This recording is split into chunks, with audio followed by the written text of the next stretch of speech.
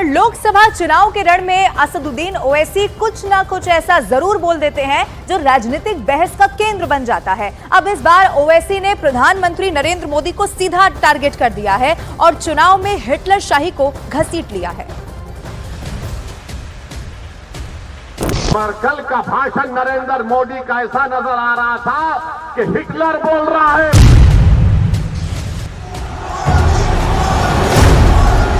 मैंने हिटलर शाही, मोदी अगर हिटलर शाही होते तो ओवैसी की जुबान खुलती, भारत माता को गाली देते।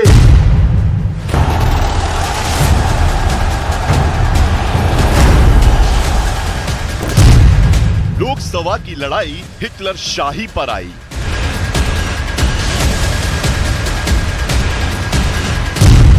ओवैसी का बयान मच गया नया घमासान। दूसरे चरण के चुनाव की तारीख चंद फासलों पर है, लेकिन इन्हीं फासलों के बीच सियासी माइलेज लेने की होड़ के रास्ते तलाशे जा रहे हैं। सुनिए AIMIM के चीफ असदुद्दीन ओवैसी का वो बयान जिसमें उन्होंने PM मोदी की तुलना में किन शब्दों का इस्तेमाल किया। तुम कमजोरों को बदनाम करते हो, मुसलमानों को घुसपैठी कहते हो। अरे मोदी अगर ताकत है तो बोलो चीन कब्जा करके बैठा है कि हम बच्चे ज्यादा पैदा करते हैं, हम घुसपैठी हैं। नरेंद्र मोदी ने कहा कि दौलत लेकर हमको बांट दी जाएगी। मोदी ने कहा हमारी हिंदू बहनों को मोदी ने झूठ कहा कि तुम्हारा मंगलसूत्र छीन लिया जाएगा। नरेंद्र मोदी तुम दुनिया के सबसे बड़े झूठे हो। मर्केल का भाषण नरेंद्र मोदी का ऐसा नजर आ रहा था कि हिटलर बोल रहा है, भारत का वजीर आजम नहीं बोल रहा है। ओवैसी का बयान आया तो गिरिराज सिंह को भी एक्शन मोड में आना पड़ा। उन्होंने ओवैसी को उन्हीं की भाषा में जवाब दिया। मैंने हिटलर शाही, मोदी अगर हिटलर शाही होते तो ओवैसी की जुबान खुलती, भारत माता को गाली देते। मैं पहला ही शख्स रहूं, लेकिन डंके की चोट पे कहता हूं कि हमें नहीं चाहिए देशद्रोहियों का वोट, हमें नहीं चाहिए दुश्मन देश पाकिस्तान प्रस्त का वोट। कम्युनिस्ट पार्टी को चाहिए क्या, महागठबंधन को चाहिए क्या, ये डंके की चोट पर वो भी बताए।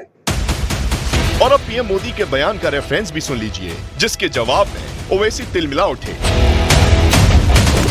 कांग्रेस के शहजादे का कहना है कि उनकी सरकार आई तो कौन कितना कमाता है, किसके पास कितनी प्रॉपर्टी है, किसके पास कितना धन है, किसके पास कितने मकान है, उसकी जांच कराएंगे।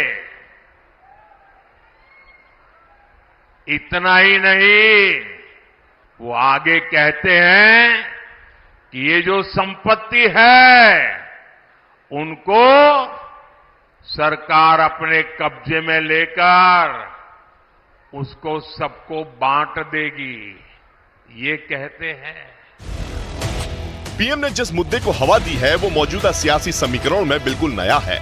विपक्ष इसकी काट तलाश रहा है, इसलिए उम्मीद यही है कि बयानबाजी का ये दौर आगे भी चलता रहेगा, क्योंकि अभी 6 चरणों का चुनाव बाकी है।